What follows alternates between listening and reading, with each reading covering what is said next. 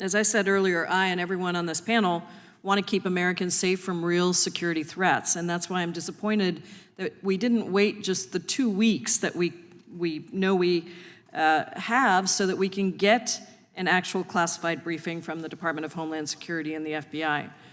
Having a hearing where the Republican majority tries to scare the public and demonize immigrants is not how we're going to make America safer.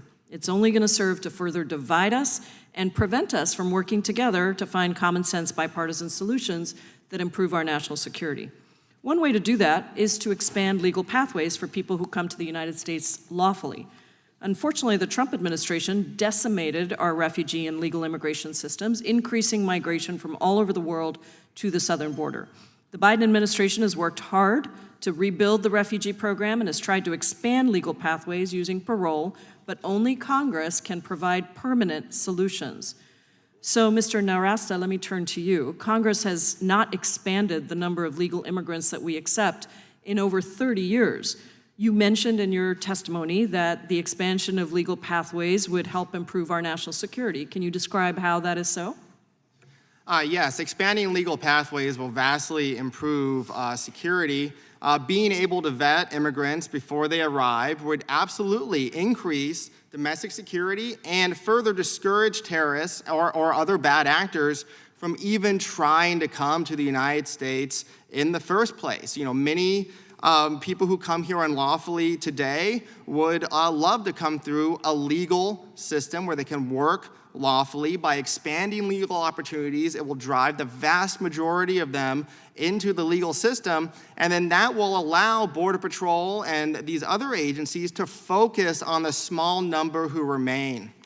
And you mentioned in your written statement some examples of how the Biden administration has used parole to expand lawful pathways. Can you discuss some of those examples here in more detail and how they actually contributed to decreased numbers at the southern border? Yes, we know for a fact that expanding legal immigration works because of recent experiences with parole. Specifically, parole allows Americans to sponsor, at least in these cases, to sponsor foreigners from specific countries that come to the U.S. to work and live for a period of time. There's the Uniting for Ukraine example, which was implemented in May of 2022. It reduced the total number of Ukrainians showing up at the U.S.-Mexico border by 99.9% from April 2022 to July of 2023. And then there are similar parole programs that the administration put in effect for people fleeing Venezuela, Cuba, Nicaragua, and Haiti that also reduced illegal entries. So for example, Venezuelan illegal entries fell 66% from September of 2022, the month before the program was put into effect, to July of 2023. And then from December of 2022 through July of 2023, illegal entries from Haiti fell 77%, 98% from Cuba, and 99% from Nicaragua. Parole is a great short-term stopgap measure.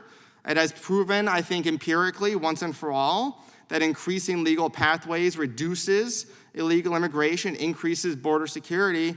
Immigration liberalization, though, is the only sustainable long-term fix to border chaos. Thank you. One of the other places that the president can act unilaterally is by increasing the number of refugees that the administration accepts. And I'm happy to see that the Biden administration is on pace to welcome the highest number of refugees since 2016. Very briefly, because I have one other question for you that I want to get to, what are some additional ways that the Biden administration can expand and grow the refugee program? Yeah, so the Welcome Corps is a great opportunity for Americans to sponsor folks, modeled on the Canadian system, rewritten on that at Cato. But I think the easiest, number one way to do it is for him to expand parole to other countries. For Guatemalans, Hondurans, Salvadorans, Colombians, and others fleeing dangerous, despotic, socialist, poor, cruel regimes, and to allow Americans to sponsor folks and to increase the cap for the CHNV countries. I think they should be numerically uncapped. They should only be capped by the generosity and willingness of Americans to sponsor people. Thank you. And lastly, I know you've studied the nexus of terrorism and immigration quite extensively, and your testimony is very different from some of the people that are sitting right next to you. Why do you have such different perspectives? I think it comes from our different approaches to studying topics in general. I like to look at the data. I like to zoom out to take a look at the big picture, to take a look at the actual risk, to use normal analysis, risk analysis used by the government in other areas, by insurance companies, by others to look at that, to read through some of this other research out there. A lot of it is anecdote driven. We need to be data driven. Terrorism is too important to ignore the data. Data driven. Thank you so much. I yield back. Time has expired. Chair recognizes Mr. Tiffany for 5 minutes. Thank you, Mr. Chairman. Mr.